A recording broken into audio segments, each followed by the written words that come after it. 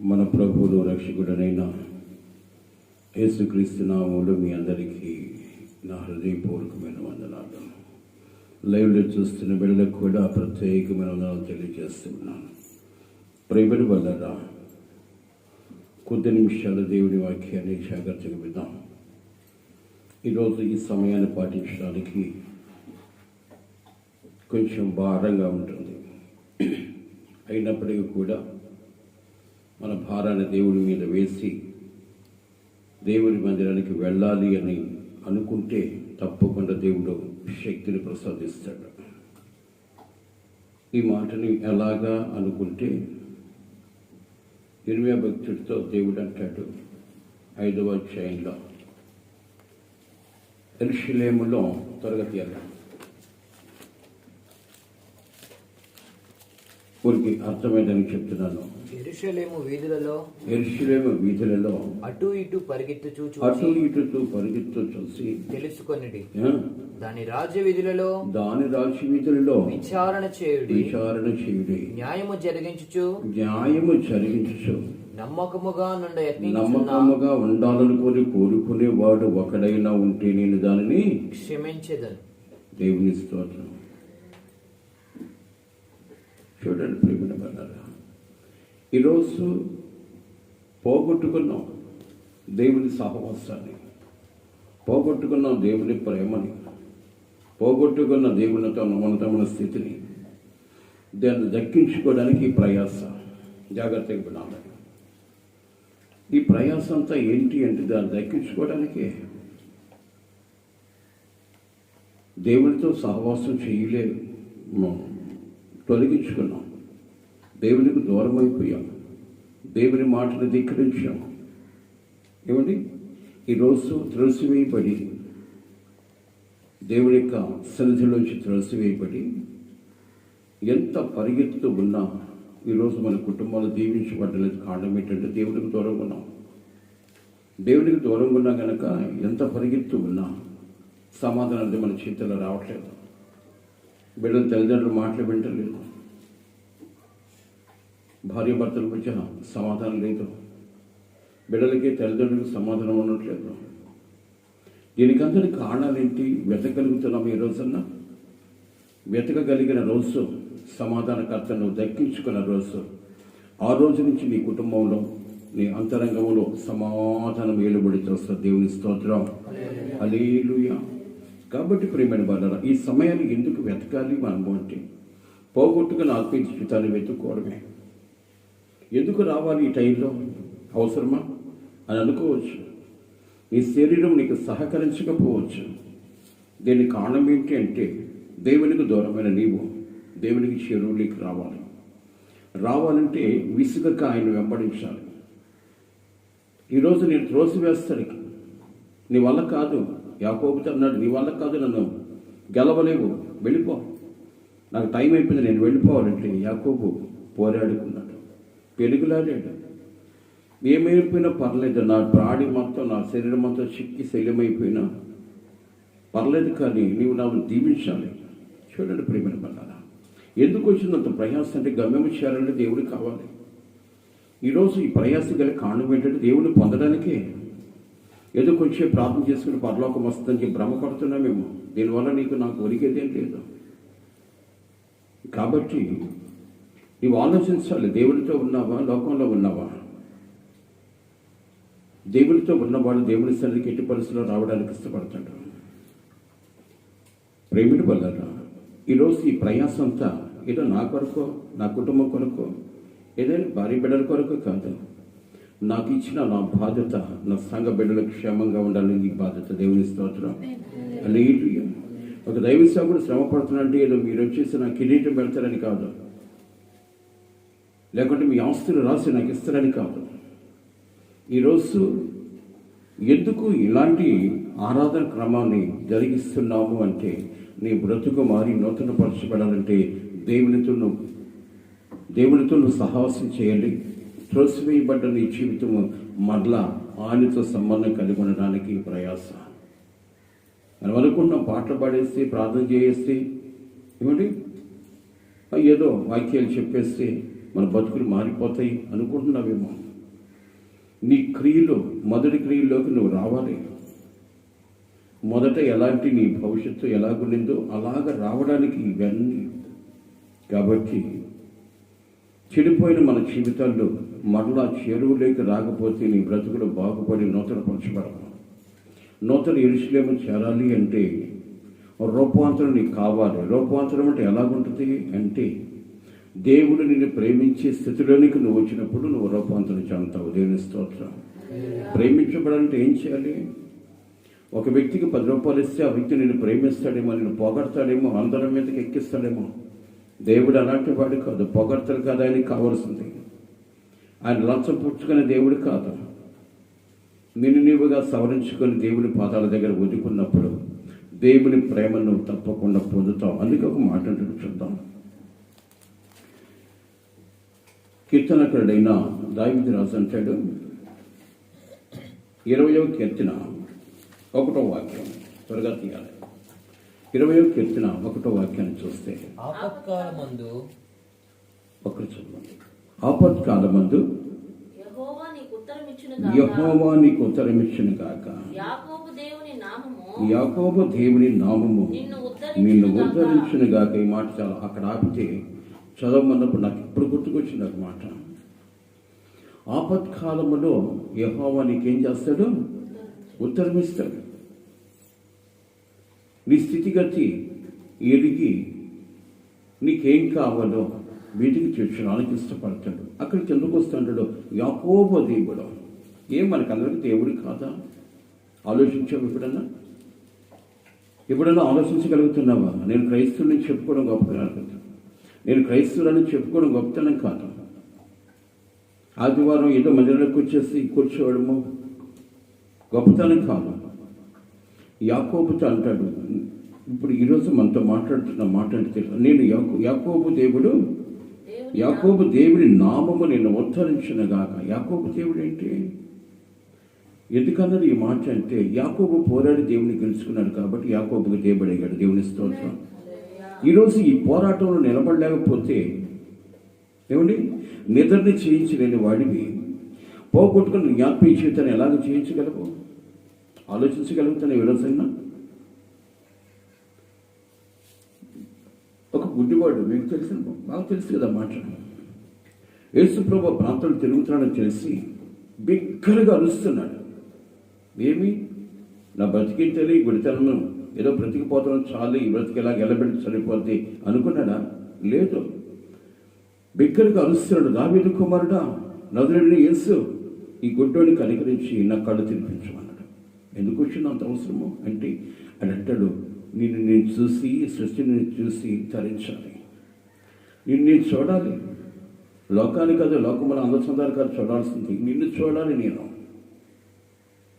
ప్రేమిని వల్లరా ఈరోజు మన క్రైస్తవ జీవితాలు ఎలాగున్నాయి?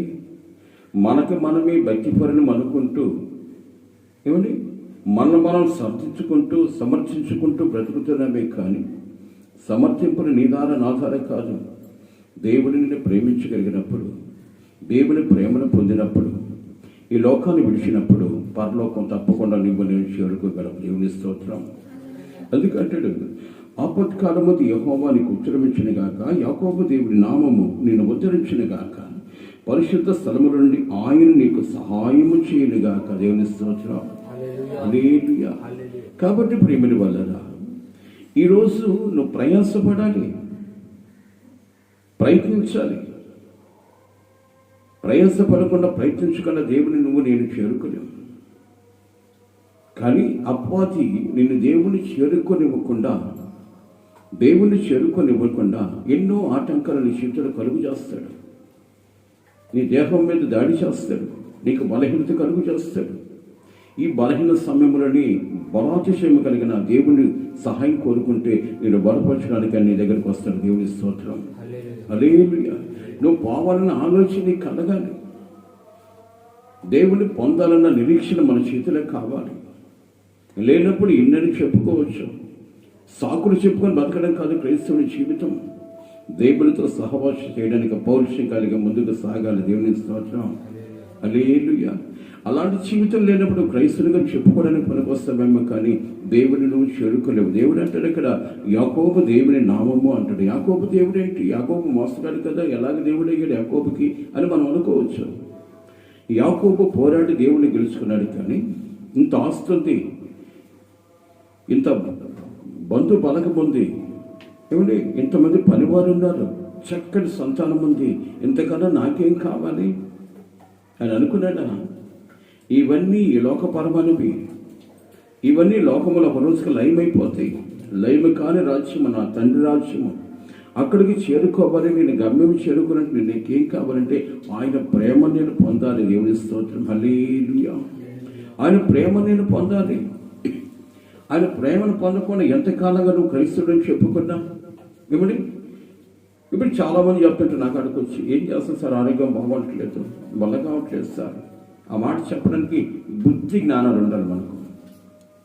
నేను వెళ్ళాలి ప్రభువా, నీ సన్నిధికి నేను వెళ్ళాలి, నీ ప్రేమ నాకు కావాలి, నన్ను నడిపించంటే నడిపించి దేవుడి కదైనా చేపట్టుకోడా, నడిపించడా.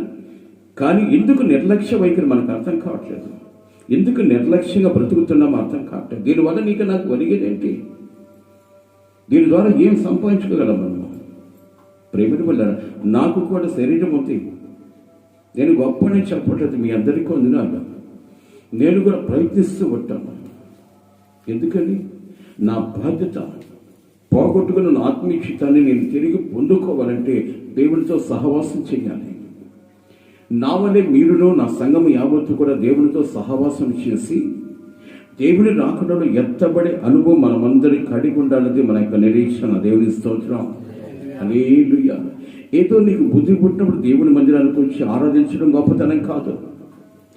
నీ ప్రాణము పోవు వరకు కూడా దేవునితో సహవాసం చెయ్యాలి. ఇప్పుడు ఎందుకు అంత అవసరం ఏంటి అంటావేమో. నీ కొరకు ప్రాణం పెట్టి నేను దక్కించుకోవాలనుకుంటే తిరిగి నువ్వు ఆ మరిని బ్రతుకులను బ్రతుకుతున్నావు. అక్కడి నుంచి నువ్వు వెలుగు తీయబడాలంటే దేవుని రక్తము ద్వారా నువ్వు కడగబడాలి. ఒకరోజు ఆయన కడిగాడు, ఈరోజు మరలా నువ్వు మురికి చేసుకున్నావు నీ జీవితాన్ని. కాబట్టి నీవుగా దేవుని వాక్యమును ఉదక స్థానము చేయబడుతూ ఉండాలి. అలాగ ఉదక స్థానము చేయబడ్డప్పుడే నీ బ్రతుకు మారి నూతనపరచబడి దేవుని రాజ్యాన్ని చేరుకునే కృప దేవుని కలుగు చేస్తాడు. దేవుని స్తోత్రం, హల్లెలూయా. ఏ స్థితి కలుగున్నా ఒకసారి ఆలోచించాలి. ఏదో నీ భారంగా బ్రతుకుతున్నట్టున్నావు, నీ భారం యావత్తు తొలగించడానికి దేవుడి సన్ముఖంలో ఉన్నాడు. కానీ నీ శరీర భారాన్ని చూసుకున్నవే కానీ నీ ప్రాణాత్మ దేహాలకు బలము కలుగు చేయబడి దేవుడిని ఆలోచించగలిగితే నువ్వు అడిగితే తప్పకుండా నీకు ప్రత్యేకమైన బలాన్ని ఇవ్వడానికి దేవుడు ఇష్టపడతాడు. ఆయన చేపట్టి తన సన్నిధికి నడిపించి నీకు క్షమాధారమై నిలబడతాడు. దేవుని స్తోత్రం, హల్లెలూయా.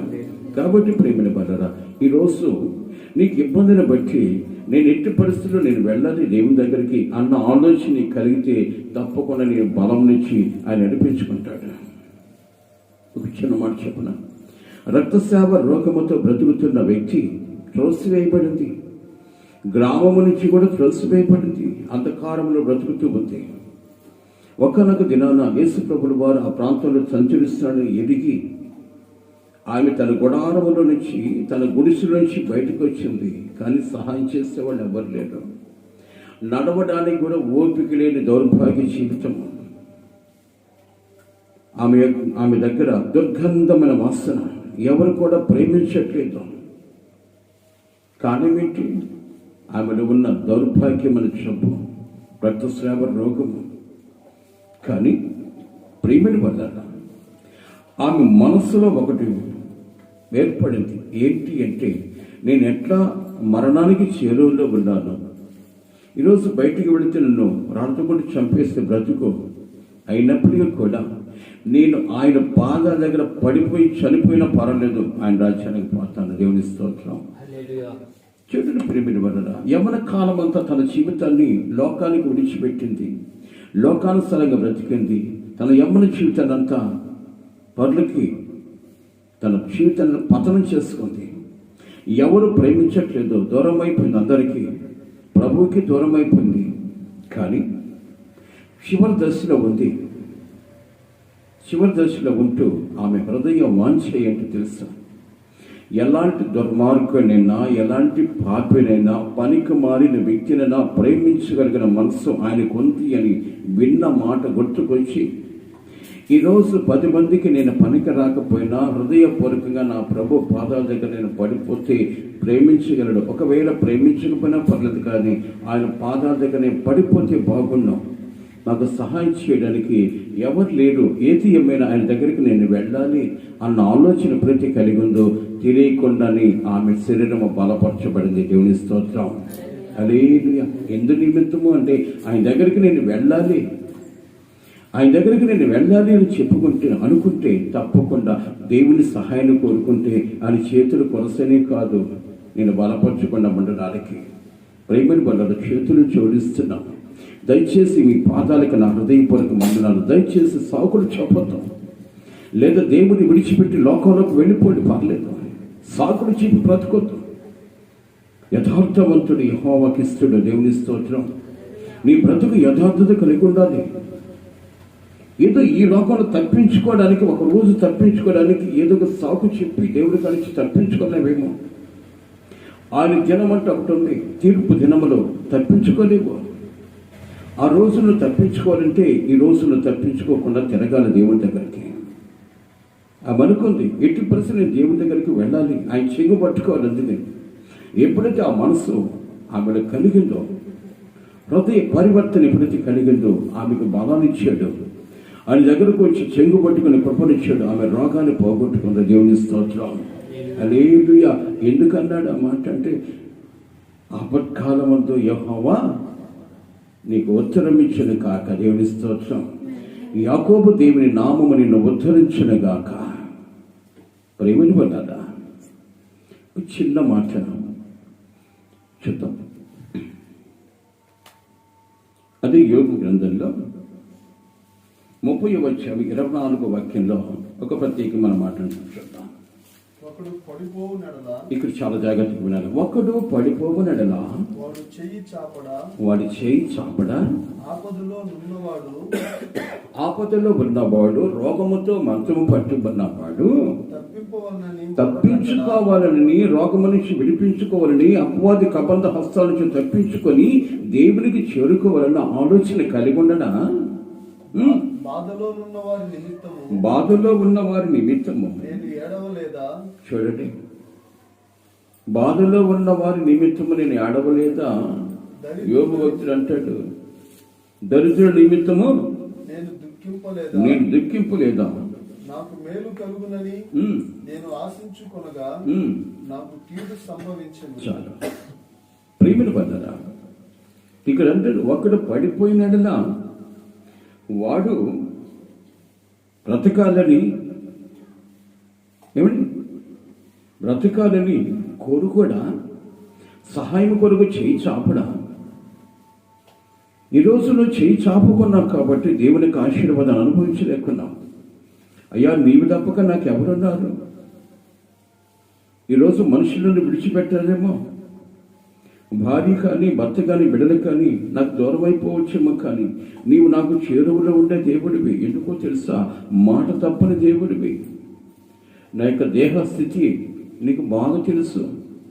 నా దేహానికి బలం చేకూర్చు, నీ సన్నిధికి నేను రావాలి, నీ సన్నిధిలో ఉన్న ఆనందాన్ని, ఆశీర్వాదాన్ని, ఆరోగ్యాన్ని నేను అనుభవించాలి అని నువ్వు అనుకుంటే తప్పకుండా తప్పకుండా తన హస్తాన్ని చాపి నిన్ను పట్టుకొని తన సన్నిధికి నడిపించుకోగల సమర్థుడు నా దేవుడు. దేవుని స్తోత్రం. హల్లెలూయా. ఏ స్థితి కలిగి ఉన్నావో ఆలోచించాలి, ఎలాంటి విధి విధానం కలిగి ఉన్నామో ఆలోచించాలి. ఈరోజు దేవుని సహాయాన్ని కోరుకుంటున్నావా? సాకులు చెప్పుకొని బతుకుతున్నావా? ప్రేమని వల్ల ఈరోజు నిండా సీరియస్గా ఉంది. ఏం చేస్తాం?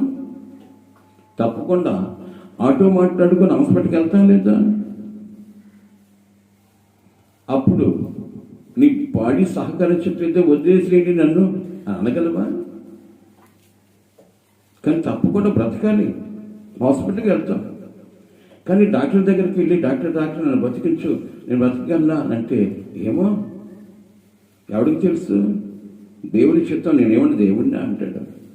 కాబట్టి నీవు బ్రతకాలన్నా, ఈ లోకంలో ఛేదించాలన్నా దేవుని యొక్క సన్నిధి, దేవుని ప్రేమ నువ్వు నేను పొందాలి. దేవుని స్తోత్రం. హల్లెలూయా, హల్లెలూయా. ఎంతకాలంగా దౌర్భాగ్యమైన జీవితాన్ని జీవిస్తూ చెప్పుకోవడానికి క్రైస్తవులంగా నన్ను క్రియల్లో దూరంగా ఉంటూ నిన్ను నీవుగా క్రైస్తవులను చెప్పుకొని దీనికి ప్రయోజనం ఏంటి? నీకు ఒరిగేదేంటి? ఈరోజు చాలామందికి దౌర్భాగ్యమైన అలవాటు ఉంది. యేసు ప్రభువు గురించి చెప్తారే కానీ వాళ్ళ బ్రతుకులు ఆ మాటలు ఉండవు. ఉంటాయా? ఉంటున్నాయి నాయన. యేసు ప్రభువు గురించి చెప్తున్నావు, దేవుడు నమ్ముకో, అది చేసుకో, ఇది చేసుకొని నువ్వు నమ్ముకొని ఏం వెలగబెట్టుకున్నావు ఇక్కడ? నువ్వు నమ్మి నూతనపరచబడి నీ బ్రతుకు మారి నూతనపరచబడి నూతన ఆనందమును నూతన ఆశీర్వాదాన్ని నువ్వు అనుభవిస్తున్నప్పుడు ఎదుటి వాడికి నువ్వు చెప్పినప్పుడు నిజమే కదా. దేవుని నమ్ముకున్న వ్యక్తి బలవంతుడై ఉన్నాడు, బలమైన ఆశీర్వాదంతో ఉన్నాడు, చెప్పశక్యము కానీ ఆనందము కలిగి ఉన్నాడు. కాబట్టి నేనును ఆ ఆనందాన్ని కలిగి ఉండాలన్నా నిరీక్షణ నీ ద్వారా ఆ వ్యక్తి కలగాలి. దేవుని స్తోత్రం. నువ్వే దరిద్రతను అనుభవిస్తూ వాక్యం చెప్పడం ఏంటి? నువ్వే దరిద్రతను నడిపించు ఎదుటివాడికి సువార్త ప్రకటించడం అనేది ఎంత దౌర్భాగ్యమైన జీవితమో. వ్యర్థంగా నా నామం ఉచ్చరించబడి శాపగడుస్తుంది దేవుడి వాక్యం సెలవిస్తుంది. కాబట్టి నువ్వు నూతన పరచబడి నూతన మార్గం నడుస్తూ అన్ని కోణముల్లో దేవుని యొక్క ఆశీర్వాదం అనుభవిస్తూ ఎదుటి వాడికి దేవుడి గురించి ప్రకటన చేస్తే తప్పకుండా నీ ప్రకటన వినడానికి దేవుడు ఇష్టపడతాడు. అటు వాడికి నీ పట్ల నీ మాటల పట్ల కనికరాన్ని చూపిస్తాడు. దేవుని స్తోత్రం. హల్లెలూయా. కాబట్టి ప్రేమ దేవుడి బిడ్డలు ఏ స్థితి కనుక ನಾವು ఆలోచించాలి. నీవే ఆపదలో ఉంటూ నా దేవుని నమ్ముకు ఆపద నుంచి తప్పించబడతాడు ఎదుటివాడు అంటాడు, నీ ఆపద నుంచి నువ్వు విడిపించబడలేదు, నీ ఆపద నుంచి నువ్వు విడిపించబడలేదు, నా ఆపదని తగ్గించగలడు అని అంటాడా లేదా? కాబట్టి నువ్వు తప్పించబడి ఎదుటివాడి యొక్క ఆపద నుంచి తప్పించడానికి నువ్వు హస్తాలు చాపాలి. దేవుడు సహాయం చేస్తాడు.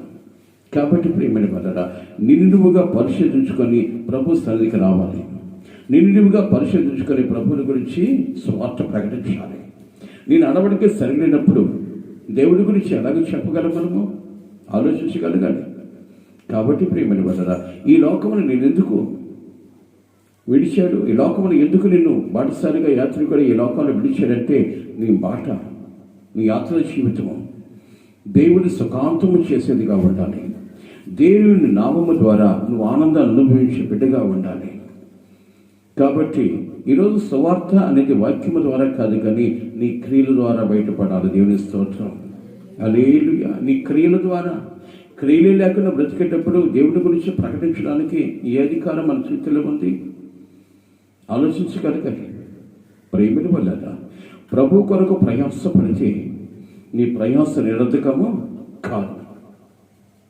ప్రభు కొరకు ప్రయాసపడాలి. ఎందుకు ప్రయాసపడాలి? ఆలోచించగలిగితే నీవు పోగొట్టుకున్న దాన్ని వెతికి పొందుకోవడమే. పోగొట్టుకున్న ఆత్మీయ జీవితాన్ని, పరిశుద్ధతని తిరిగి పొందుకోవడమే ఈ ప్రయాస. దాన్ని పొందుకోకుండా నువ్వు పరలోకం వెళ్ళలేవు బిడ్డ. తిరిగి దాన్ని పొందుకుంటేనే యుగ యుగాల ఆనందాన్ని దేవుడిని కలుగు చేస్తాడు. దేవుని స్తోత్రం. హల్లెలూయా. అందుకంటే ఒకడు పడిపోయినప్పుడు, నీ బలహీనతలు ఉన్నప్పుడు, నేను మందిరానికి వెళ్ళలేకున్నాను అనుకున్నప్పుడు సహాయము కోరుకుంటే సహాయం చేయడా? నిన్ను నడిపించడా? దేవుడు ఈ లోకంలోకి ఎందుకు వచ్చాడు? యేసుప్రభుగా నామకరణం ధరించుకొని ఎందుకు వచ్చాడంటే జ్ఞానహీనులయ్యి, దరిద్రులయ్యి, బలహీనులయ్యి బ్రతుకుతున్న వారికి దరిద్రించి విడిపించి, తన బలహీనత నుంచి బలపరిచి, బలాతిశయాన్ని కలుగు చేసి తనతో నిన్ను నడిపించడానికి యేసుప్రభుగా ఈ లోకంలోకి వచ్చాడు. అందుకని రక్షించి విమోచించడానికి. నీకు రక్షణ లేదు ఈ లోకంలో. నీ పోగొట్టుకున్న నీ రక్షణ విడుదల లేదు. ఎందుకో తెలుసా? అపవాది బంధకాల్లో ఉన్నావు. చిన్న మాట చెప్పనా? ఈరోజు అపవాది బంధకాల్లో ఉన్నామా, విడుదల కలిగి ఉన్నామా ఆలోచించాలి. ఉదయకాల సమయంలో మందిరంలో కనబడిన వ్యక్తిని ఏదైనా మందిరానికి రాలేదంటే ఏదో సాకులు చెప్పుకుంటాం. మంచిదే. తప్పించుకోవడానికి గల కారణం ఏంటి? ఎప్పుడన్నా ఆలోచించేవా? అపవాది బంధకాల్లో ఉన్నావా, విమోచనలో ఉన్నావా? నేనైనా బంధకాల్లో ఉన్నప్పుడే నువ్వు సాకులు చెప్తావు దేవుని సన్నిధిలో. నీ భర్తతో సాకు చెప్పావు, కానీ మంచిది అనుకుందాం. నీ భార్యకి సాకు చెప్పావు, మంచిది అనుకుందాం. నీ బిడ్డలకి అబద్ధం చెప్పావు, మంచిది అనుకుందాం. కానీ నీకు సృష్టినిచ్చి నీ బ్రతుకుని మార్చి తన రూపంలో నీ చేసుకున్న శిల్పకారుడు, చిత్రకారుడైనా నీ దేవునికే సాకు చెప్పున ఉంటే ఎంత బుద్ధి లేని పని అనుకోవాలిది. ఆలోచించాలి. రాష్ట్రం కావాలి క్రైస్తవుడికి. ఎందుకో తెలుసా? నీవు నమ్ముకున్న మనిషిని కాదు, లోకానికి సృష్టికర్తైన దేవుని కనుక. ఒక దగ్గర అంటాడు, నీకు రక్షకుడు దేవుడైనందుకు, నీవు క్రైస్తవుడైనందుకు సిగ్గుపడని అవసరం లేదు. గర్వించు. దేవుని స్తోత్రం. హల్లెలూయా. గర్వించు. ఈ లోకంలో శ్రమ పడుతున్నానని చెప్పేసి వేదం చెప్తున్నవేమో, సంతోషించు, బాధపడద్దు. ఎందుకో తెలుసా? ఈ శ్రమ ఎందుకు వచ్చింది నీకంటే, నాకు చేరువలు లేవు గనక. నాకు చేరువలు ఉన్నప్పుడు, నా చేతిలో ఉన్నప్పుడు నీ ఆపద నుంచి ఆదుకోగలిగిన సమర్థుడు నేను. నా చేతి నీడల నుంచి దారిపోయావు, నాకు దూరమై బ్రతుకుతున్నావు. నీ ఆలోచనలు దూరంగా ఉన్నాయి, నీ అలవాట్లు దూరంగా ఉన్నాయి, నీ మాట తీరు దూరంగా ఉంది. తిరిగి నాకు చేరువులోకి నువ్వు రావాలంటే నువ్వు ప్రయాసపడాలి. నువ్వు ప్రయాసపడ్డప్పుడు నేను నిన్ను నా చేయి పట్టి నడిపించుకుంటాను. దేవుని స్తోత్రం. హల్లెలూయా. గుడ్డివాడు అంటున్నాడు, నజరుడిని యేసు దావీదు కుమారుడు నన్ను కనుకరించు అని ఎప్పుడైతే బిక్కరగా అరిచాడో, వాడు కళ్ళు తెరవబడాయా? నీ బ్రతికింతే పోరా అన్నాడా? లేదు. కోరుకున్న వాడికి ఏమని కనికరాన్ని చూపించే దేవుడు నా యేసయ్య. దేవుని స్తోత్రం. నీ ఆరోగ్య పరిస్థితి నీ తండ్రికి తెలియదా? ఏమండి, నీ ఆరోగ్య పరిస్థితి నీకు తండ్రికి తెలియదా? నాకు చాలా విచిత్రంగా ఉంటుంది ఈ మాట. దయచేసి ఆ మాట వాడుకోవాకండి, దేవునికి దూరం అయిపోతారు. నాకు అది బాగలేదు, ఇది బాగలేదు. ఒకవేళ ఈ మాట మీకు బాధ కలిగి ఉంటే దయచేసి నాకు క్షమించండి. బాగలేదని ఎవరికి చెప్తానో? నీ భర్తకో, నీ భార్యకో, నీ బిడ్డకో చెప్పు. దేవుడికి కాదు చెప్పాల్సింది. ఇప్పుడు ఒక డాక్టర్ కాడికి పోయి, డాక్టర్ నాకు బాగలేదు నన్ను వదిలేసి అంటే, డాక్టర్ కాడికి ఎందుకు వచ్చినట్టు? నువ్వు వైద్యుడి కాడికి ఎందుకు పోయినట్టు? నీ ఆరోగ్యాన్ని చక్కపరచుకోవడానికి. పరమ వైద్యుడి కాడికి వచ్చి కూడా ఆయన కూడా నువ్వు సాకులు చెప్పేవండి. సిగ్గులేని పనే ఇంకేమన్నా ఆలోచించగలగాలి. దేవుని కనుదస్తులను ఉంటూ నీ ఇబ్బంది దానికి చెప్తే తప్పకుండా నేను ఆదుకోవడానికి తన హస్తాన్ని చాపుతాడు. దేవుని స్తోత్రం. హల్లెలూయా. సహించగలగాలి. దేవుడు యేసు ప్రభుడు వారు సహించారు కాబట్టి నీకు ఇంకా బ్రతుకున్నావు. నీ బ్రతుకు తన మీద వేసుకొని నీ పాపాన్ని యావత్తు తన భరించి నీకు క్షేమాన్ని కలుగు చేశాడు కనుక ఇప్పటి వరకు కూడా నీవు బ్రతుకున్నావు. ఆలోచించగలుగుతున్నావా? ఎంతసేపు నీ కుటుంబ వ్యవస్థను గురించి ఆలోచిస్తున్నావు, నీ భార్యను గురించి ఆలోచిస్తావు, నీ భర్తను గురించి ఆలోచిస్తావు, నీ బిడ్డల గురించి ఆలోచిస్తావు. ఏమండి, అది కాదండి ఆలోచన. పోగొట్టుకున్న నా ఆత్మీయ జీవితాన్ని ఎలాగ నేను పొందాలని నువ్వు ఆలోచించగలిగితే తప్పకుండా పొందే స్థితి నీకు కలుగు చేసి తన కృపలో నిన్ను నాచి, ఏమిటి అపవాదికి అబద్ధ హస్తం నుంచి విడిపించి ఆయనకి చేరువులో ఉంటూ నీ ప్రతి అవసరాన్ని ఆయన నామంలో తెలుస్తూ నిన్ను ఆనందింపచేసి, ఏమిటి యుగ యుగాలు తనతో కూడా తన రాజ్యములు చేరుకునే కృప దేవుడు నీకు నాకు కలుగు చేస్తాడు. దేవుని స్తోత్రం. హల్లెలూయా. అందుకంటే యోగ భక్తుడు అంటాడు, నేను ఒకరోజు పడిపోయాను, ఏదో పాపంలో కాదు రోగములో పడ్డాను. సిగ్గుమాలిన రోగము కదయ్యా, పెంకులతో చిన్న పెంకులతో గీక్కునే చంపు రోగం. పుండ్లు కుక్కలు నాకుతున్నాయి, వాళ్ళంతా గాయాలు. దేవుని దూషించాడని ఇలాగా. మరి ఆయనకి లేని బాధ నీకెందుకు వచ్చినట్టు? కడుపు నొప్పి వచ్చినా రాకపోతేవి, నడుము నొప్పి వచ్చినా రాకపోతేవి, దగ్గు వచ్చినా రాకపోతే కదయ్యా. అవును కదా, నేను తిట్టుకున్నా పర్లేదు, మీరు దేవుని స్తోత్రం. నీ బలహీనత ఎట్టుతో దేవుడికి చెప్తే నేను బలపరచడానికి ఆయన దగ్గరికి రాడా? నీ భర్తను నేను అరుస్తాడేమో, నీ భార్యను సరుక్కుంటుందేమో. నువ్వు కోరుకున్న దాన్ని ఆయన దగ్గరికి రావాలని నువ్వు ఆలోచించగలిగితే, ఆలోచన కలిగిన దేవుడు నిన్ను ఆరోగ్యంతో నింపి తన సన్నిధికి నడిపించుకుంటాడు. దేవుని స్తోత్రం. యోగు అంటాడు, ఒక్కడు పడిపోయిన ఎడల, చదువునైన మాట దాన్ని, ఒకడు పడిపోవున ఎడల వాడు చెయ్యి చాపడా, ఆపదలో నున్నవాడు తప్పింపుకోవాలని మొర్రపెట్టడా. చాలు, మొర్రపెట్టగలుగుతున్నావా? అయ్యా, మొర్రపెట్టగలుగుతున్నామా? నిద్ర వస్తుంది కాబట్టి ఏదో ఒక సాకు చెప్పడానికి ఇష్టపడతాం. తూగొచ్చింది కాబట్టి ఏదో ఒక రోగాన్ని గురించి చెప్తాం. వెంటనే దేవుడు ఆమేనంటే నీ బ్రతుకేమవుతుంది ఒకసారి ఆలోచించు. నువ్వు దేవుని దగ్గర సాకు చెప్పావు, ఆయన కాడ మరుగు చేయబడింది ఏది ఉందా? మరుగు చేయబడింది ఏది లేదు. నువ్వు చెప్పే ప్రతి విషయం ఆయనకి తెలుసు. నువ్వు యథార్థత చెప్తున్నావు. యథార్థంగా చెప్పేవాడు ఏం చేస్తాడో తెలుసా? ప్రభు, నాకు సహాయం చేయి, నా శరీరం సహకరించట్లేదు, నీ దగ్గరికి నేను రావాలి, నన్ను నడిపించమని కోరుకుంటాడు యథార్థంగా చెప్పేవాడు. ఈరోజు సాకు చెప్పుకొని దేవుని మందిరానికి రాకుండా, ఎవరైనా కావచ్చు, నేనేమైనా టార్గెట్ చేసి మాట్లాడటం లేదు, నాకు అందరూ సమానంగా దేవుని స్తోత్రం, మీరేమనుకున్న ఇబ్బంది లేదు. ప్రేమిని వల్ల ఈరోజు సాకులు చెప్పుకొని బ్రతుకుతున్నావంటే తప్పించుకొని తిరుగుబడి ధన్యుడి కదా సుమతి అన్నట్టుగా తప్పించుకొని తిరగడం గొప్ప కాదు, కానీ దేవుని కనుదృష్టిలో ప్రతి ఒక్కరూ బయట దేవుని స్తోత్రం. నేను మరుగై ఉన్నానని నువ్వు అనుకున్నావేమో, మరుగు చేయబడలేదు, వెలుగులో ఉన్నావు, దేవుని వెలుగులో ఉన్నావు. లోకంలో దేవుని వెలుగుంది, ఆ వెలుగులో నీ బ్రతికంటే కనబడుతుంది. నువ్వేం చెప్తున్నావో, ఏం చెప్పి దేవుని మందిరం నుంచి దూరం అయిపోవడానికి ఇష్టపడుతున్నావో, ఏ సాకులు చెప్పుకొని బ్రతుకుతున్నావో ప్రతి విషయము ఆయనకి క్షుణ్ణంగా తెలుసు. దాని నుంచి నువ్వు తప్పించుకోలేవు, ప్రేమను వల్లరా. కాబట్టి నువ్వు చేసే ప్రతి క్రియ దేవుడు వెలుగులో చూస్తున్నాడని ఆలోచించగలిగితే నువ్వు తప్పకుండా భయభక్తులు కలిగి దేవుని సహాయాన్ని కోరుకుంటావు. దేవుని స్తోత్రం.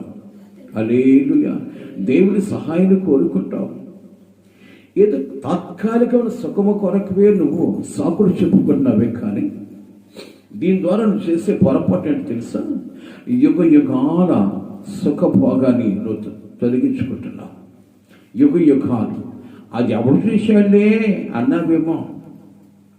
బైబిల్లో ఉంది, దేవుని మాట అంటుంది, దీనిలో ఉన్న ఒక సున్నైనను ఒక పొల్లైనను తప్పిపోదు.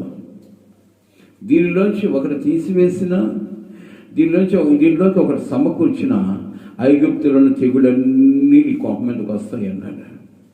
తప్పించుకోలేము. నువ్వు ఏం చెప్పి తప్పించుకున్నావో ఈ లోకపరంగా నాకు తెలియదు, కానీ దీని ద్వారా నువ్వు ఆనందిస్తున్నావేమో. తప్పించుకున్నాను లేని, తప్పించుకోవడం కాదు, మనుషుల దగ్గర నుంచి తప్పించుకున్నావేమో, కానీ దేవుని కనుదృష్టి నుంచి నేను తప్పించడానికి ఎవరి తరమో కాదు. దేవుని స్తోత్రం. ఎందుకని? భూమి ఆకాశముల పట్టుచోళ్ళ దేవుడు, ఏమని సింహాసనము, ఆకాశమున ఆయన సింహాసనము, అక్కడ కూర్చున్నారు కాబట్టి ప్రతి మనిషి మీద ఆయన కనుదృష్టి ఉంది. దేవుని స్తోత్రం. హల్లెలూయా. ఎవరు కనపడను చేసి దౌర్భాగ్యమైన పని కూడా దేవుడు చూస్తూనే ఉన్నాడు. తప్పించుకొని వీల్లేదు. ఏ మనిషి కూడా తప్పించుకోలేడు, కానీ సహాయం చేసేది దేవుడు నీకు సేవలు ఉంటే ఎవరెబ్బడి దగ్గరకో వెళ్ళి చేతులు చాపుతాం అంటే ఎంతటి దౌర్భాగ్యం మన మనసు ఒకసారి ఆలోచించు. ఏమిటి యోబు అంటాడు, మన చదువునమాట, ఒకడు పడిపోవునెడలా వాడు చెయ్యి చాపడా, ఆపదలో ఉన్నవాడు తప్పించుకోవాలని ఏం చేస్తాడట? ఆలోచించావేమాట. నిజంగా నువ్వు దేవుని బిడ్డమైతే, దేవుని భయం కలిగిన వ్యక్తివైతే, నీకు ఎలాంటి రోగం ఉన్నా ఆ రోగం నుంచి విడిపించగలిగిన దేవుడు నా దేవుడని ఆలోచన నీకు కలిగి ఉంటే తప్పకుండా నువ్వు ప్రార్థిస్తావు. అక్కడ అంటాడు మొర్ర పెట్టవా అంటాడు, మొర్ర పెట్టడా అంటాడు, ప్రార్థించడం కాదు మొర్ర పెట్టడా అంటాడు. ఈ మొర్ర అనేది అర్థమేంటి తెలుసా? నీ హృదయంలో ఉన్న ఆవేదన దేవుడికి చెప్పడమే. ఏ ఆవేదన కలిగి ఉన్నావు? ఏమిటి? బిలాము కూడా చాలా ఆవేదన కలిగి ఉన్నాడు కదండి. ఈ మాట చెప్పి ముగిస్తాను. బిలాము దగ్గర కొంతమంది వచ్చారు. అయ్యా, కొంతమంది ఐగుప్తు నుంచి వస్తున్నారు, వాళ్ళని మేము చేయించాలి, వాళ్ళని మేము చేయించాలంటే నీ సహాయం మాకు కావాలి. ప్రవక్త దగ్గరకు వచ్చారు, నీ సహాయం మాకు కావాలి అని. ఏంటి అంటే, వాళ్ళని శపిస్తే మేము చేయిస్తాం, నువ్వు శపిస్తే మేము చేయిస్తాం. ఒక వ్యక్తిని దైవ సేవకుని నోటి గుండా నువ్వు ఇలాగైపోతావు అంటే మటుకు అక్కడ కనపడుతున్నది ఏంటంటే, నువ్వు శపిస్తే వాళ్ళని మేము చేయిస్తాం, లేకుండా చేయించలేం. ఎందుకో తెలుసా? వాళ్ళు యుద్ధశూరులు, బలాఢ్యులు, మంచి మంచి దేహము కలిగిన వాడు, భారీ దేహము కలిగిన వాడు. నువ్వు చేయించాలంటే నువ్వు శపించాలంటాడు. అంటే ఒక దైవ సేవకుడు దేనికైనా సమర్థుడిగా దేవుడు నిలబెట్టుకొని ఉన్నాడు.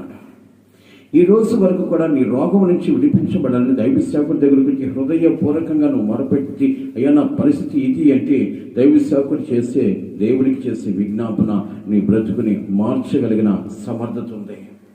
కానీ దైవ సేవకుడు సహాయాన్ని కోరుకోము, దేవుని సహాయాన్ని కోరుకోని, కానీ మనుషుల సహాయాన్ని కోరుకొని, దేవుడి మనుషుల సహాయాన్ని కోరుకొని. నిన్న కూడా ఒక అమ్మాయి నాకు కనపడి అంటుంది, హాస్పిటల్కి పోయి రావాలి. సిగ్గు లేదా దైవ సేవకుడు కూడా చెప్పడానికి? పరమ వైద్యుడైనా దేవుని సముఖంలో నిలబడి కూడా హాస్పిటల్కి వెళ్ళాలి. ఏం చేయగలడు డాక్టర్? మొన్న ఒకడు వచ్చాడు, పాస్టర్ గారు కూడా ఉన్నాడు, దినేష్ ఉన్నాడు. కరోనా వ్యాక్సిన్ వేస్తామని, దయచేసి నా పేరు రాసుకుని వేసినట్టుగా రాసుకొని, కానీ నా దగ్గరకు వస్తే మనకు గొడవ అయిపోద్దని చెప్పాడు. ఎందుకని? కరోనా నుంచి తప్పించిన దేవుడు నాకుంటే మన వ్యాక్సిన్ ఏం కావాలి నాకు? ప్రేమని పల్లగా నీవు దేవుని ఆనుకొని బ్రతికినంత కాలము ఎవ్వడ కూడా నేను కదిలించలేడు. దేవుని స్తోత్రం, హల్లెలూయా. ఆయన మాటకు లోబడి బ్రతికినంత కాలము కూడా ఏ శిక్ష విధి నీకు వచ్చినా దాని నుంచి తప్పించడానికి దేవుడు ఇష్టపడతాడు. దేవుని స్తోత్రం. ఒకడు ఆపదలో ఉన్నప్పుడు మొర్ర పెట్టడా, చేతులు జోడిస్తూ ఉన్నాము. నీ ఆలోచన, నీ ఆశ యావత్తు కూడా లోకములో పరిగెత్తడానికి కాదు, కానీ ప్రభు దగ్గరికి పోవాలి అన్న ఆలోచన ద్వారా నువ్వు మొరపెట్టగలిగితే ఆ మొర దేవుని సన్నిధిలో ఉన్న ప్రతి ఆశీర్వాదాన్ని అనుభవించే కృప దేవుడిని కలుగు చేస్తాడు. దేవుని స్తోత్రం, హల్లెలూయా. ఎందుకు ఈరోజు మనం దౌర్భాగ్యులుగా ఉన్నామంటే, ఈ సాకుల వల్ల సరైన జీవితాన్ని అనుభవించలేకున్నాం. గమనించగలుగుతున్నాం? ఇప్పుడున్నా ఈ సాకుల వల్లే సరైన జీవితాన్ని అనుభవించలేకున్నా. యథార్థవంతుడు యెహోవాకి ఇష్టడు. నువ్వు ఎప్పుడైతే యథార్థంగా మాట్లాడడానికి, యథార్థంగా బ్రతకడానికి ఇష్టపడతావో, ఆయనకి ఇష్టంగా ఉంటావు, నీ కష్ట నష్టాల్లో తోడయ్యండి నీకు సమృద్ధిని కలుగు చేస్తాడు. దేవుని స్తోత్రం, హల్లెలూయా. నీకు సమృద్ధిని కలుగు చేస్తాడు. ప్రేమని వల్లరా ఈ మాట నేను అనుభవించి అప్పుడుతున్నాను, వాక్యమే కాదు కానీ ఈ మాట నేను అనుభవించి చెప్తున్నాను. ఎప్పుడు కూడా సమృద్ధిగా ఉండడానికి దేవుడు తన హస్తాన్ని చాపుతాడు. నీకు ఏ కొదువు లేకుండా చేర్చడానికి దేవుడు ఇష్టపడతాడు. మీరు సంపాదిస్తున్న సరైన జీవితం లేక హృదయంలో ఒకటి ఆలోచన, వేదన, ఏం చేయాలి.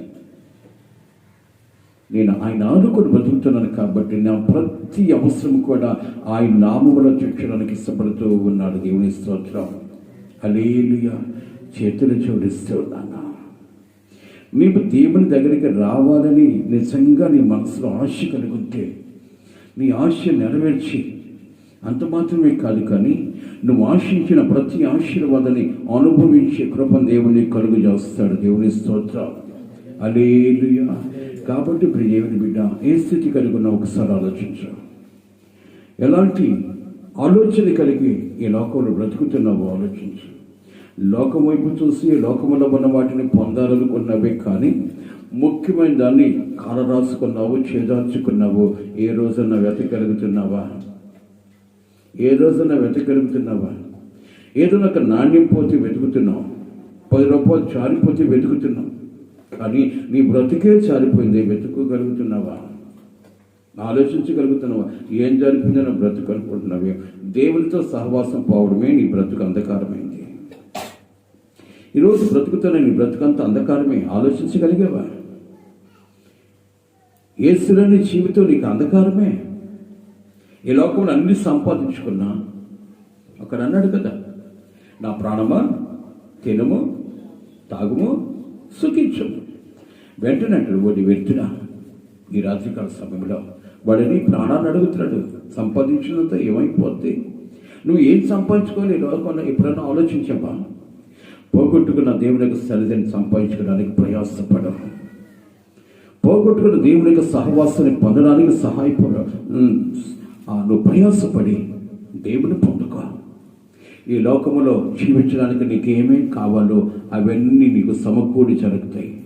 కానీ ఏది అవసరమో దాన్ని పక్కన పెట్టేసి నిరర్థకమైన వాటిని, వ్యర్థమైన వాటి కొరకు ఎదురు చూస్తూ పరిగెత్తడు అని అంటే ఎంతటి దౌర్భాగ్యమైన జీవితాన్ని నువ్వు కలిగి ఉన్నావో ఆలోచించాలి. ఏది నీకు అవసరం ఈ లోకంలో? ఈ లోకంలో బ్రతకాలన్నా, పరలోకంలో చేరాలన్నా ప్రభు సహవాసం అవుతుంది. ప్రభుతో నడిచి నడక అవసరం. ఆ నడకను వదిలేసి లోకములు వేటి కొరకు పరిగెత్తు ఉన్నవే. దీని ద్వారా నీకు ఒరిగేదేంటి? దీని ద్వారా నీకు ఫలితం ఏముంటుంది? ఓహోరమంటే ఈ లోకంలో ఎంతకాలం బ్రతుకుతావు? ఆ బ్రతుకుని చూసుకున్నవే, కానీ యుగాలు బ్రతుకుని పోగొట్టుకున్నవి. ఎంతటి దౌర్భాగ్యమైన జీవితం కలిగి ఉన్నామో ఆలోచించాలి. యుగాల జీవితం ఒకటి ఉంది, ఆలోచించాలి. ఈ మాట మర్చిపోవద్దని హృదయపూర్వకంగా మీ పాదాలకు నా హృదయపూర్వకంగా వందనాలు పెడుతున్నాను. ఏం పోగొట్టుకున్నాం ఆలోచించాలి. ఏదో లోకంలో ఉన్న వాటిని పోగొట్టుకున్న వాటిని ఎత్తుకోవడం గొప్పదానికి కాదు, అసలైన దాన్ని, ముఖ్యమైన దాన్ని పోగొట్టుకున్నాం. దేవునితో ఉన్న ఉన్నతమైన స్థితిని పోగొట్టుకున్నాం. దాన్ని తిరిగి వెతుక్కొని దాన్ని దక్కించుకుంటే దేవునితో కూడా యుగాలు సంతోషంగా ఉంటావు. లేదా చివర నువ్వు పొందేది ఏంటో తెలుసా? చస్తూ బ్రతుకుతూ ఉండాలి. చస్తూ బ్రతుకుతుండాలి. కడుపు నొప్పి వస్తేనే తట్టుకోలేము, కాలు నొప్పి వచ్చినా తట్టుకోలేము, కన్ను నొప్పి వచ్చినా తట్టుకోలేము, విడపిల్లాడిపోతాం. ఏమిటి? ఒక గంట విడవకుండా దగ్గు వచ్చిందనుకో చచ్చిపోతామేమన్నా. గుండెల మీద నొప్పి, ఆడ నొప్పి, ఈడ నొప్పి బతుకుతానేమే. దీనికి తట్టుకోలేకపోతే నవ్వి చూడాలి. దీనికి తట్టుకోలేకపోతే యుగాలు చూస్తూ బ్రతుకుతూ అగ్నిలో కాలుతూ ఉంటే నీ బ్రతికి ఎలా ఉంటుంది ఒకసారి ఆలోచించు. దేని ద్వారా ఇది కలిగిందంటే పోగొట్టుకుని దాన్ని పొందలేకపోతూ వ్యర్థమైన దాన్ని వెతుకుతున్నవే, కానీ దేని వెతకాలో దాన్ని వెతకపోవటం వల్ల, వెతకపోవటం వల్ల. కాబట్టి ప్రేమల వల్ల దేవుడు ఈ లోకానికి ఎందుకు వచ్చారో తెలుసా? ఆయనను వెతికితే పోగొట్టుకున్న దాన్ని ఆయన నీ చేతికి దక్కిస్తాడు. కొట్టు చప్పట్ల. పోగొట్టుకున్న దాన్ని తిరిగి ఆయన దక్కించడానికి ఇష్టపడతాడు. ప్రభువా, నా ఆత్మీయతని పోగొట్టుకుని నాకు సహాయం చేయమంటే సహాయం చేయడానికి ఈ లోకంలో కలిగించాడు. మార్గం తప్పి తిరుగుతున్న నీ బ్రతుకుకి మార్గమై నిలిచాడు. కాబట్టి ప్రియమైన బిడ్డలారా, చేతులు జోడిస్తున్నాను. లోకంలో దేనిదారిలో వెతుకుతున్నాను. నా భార్య, నా భర్త, నా బిడ్డలు క్షేమంగా ఉండాలి, తృప్తికరంగా ఉండాలని దేనికి అనుకో పరిగెత్తున్నా. కానీ ఈ పరిగె ఎంతకాలం అంటే ఎంతసేపు పరిగెత్తినా నీ కుటుంబంలో తృప్తి లేదు. కారణం ఏంటి? నీ కష్టం మీద ఆయన కన్ను పడాలి. దేవుని స్తోత్రం. నీ కష్టం మీద ఆయన కన్ను పడితేనే నువ్వు దీవించబడతావు. పడాలి అంటే ఏం చేయాలి తెలుసా? ముందుగా పోగొట్టుకున్న ఆత్మీయతని అనగా దేవుణ్ణి వెతకగలిగితే దేవుడు నీ ప్రతి అవసరాన్ని నామంలో తెలుస్తాడు. కాబట్టి ఈ లోకంలో ఉన్నదాన్ని వెతకడం కంటే కూడా మొట్టమొదటిగా పోగొట్టుకున్న ఆత్మీయతని దక్కించుకోవడానికి ప్రయాసపడు. ప్రభు సన్నిధిలో మొరపెట్టి దాన్ని దక్కించుకోవడానికి ఇష్టపడు. అట్టి కృప దేవుడు మనకు కలిగి చేయను గాక. కళ్ళు మొత్తమా చిన్న ప్రార్థన చేసుకుందాం. మమ్మల్ని మిక్కిలి ప్రేమించిన ప్రియుడ మీకే స్తోత్రాలు చెల్లిస్తున్నాం. మమ్మల్ని ప్రేమించి మరొక దినాన్ని మా జీవితానికి ఇచ్చేందుకు మీకే స్తోత్రాలు. అయ్యా, మేము లోకములో ఉన్న వాటిని వెతుకుతున్నామే, కానీ మేము చేరుకోవాలి, మా యొక్క గమ్యాన్ని చేరుకోవాలంటే ఏం పొందాలో, ఏం పోగొట్టుకున్నామో ఈరోజు బహాటంగా మీరు మాట్లాడారు. తిరిగి పోగొట్టుకున్న దాన్ని తిరిగి పొందుటకు సహాయం చేయండి. ప్రార్థన విజ్ఞాపనలు ఎడతెగక ప్రభా మార్పించి తను దక్కించుకున్నట్టు కృప చూపించమని కోరుచున్నాను. రాలని బిడ్డలు దయతో క్షమించండి. వాడికి ఒక ఉద్దేశాన్ని కలుగు చేయండి. ఈ లోకములో సుఖభోగము కాదు, కానీ యుగ యుగాల భోగాన్ని నేను పోగొట్టుకుంటున్నాను. దాన్ని దక్కించుకున్నట్టు ప్రభా నీ సన్నిధికి నేను రావాలన్నా ఆయా హృదయాన్ని వాడు కలుగు చేసి, ప్రార్థన జీవితాన్ని కలుగు చేసి, వాడు బ్రతుకులు కట్టుకొని ప్రభా మీ సన్నిధిలో యుగ యుగాలు జీవించినట్టు సహాయం చేయమని కోరుచు.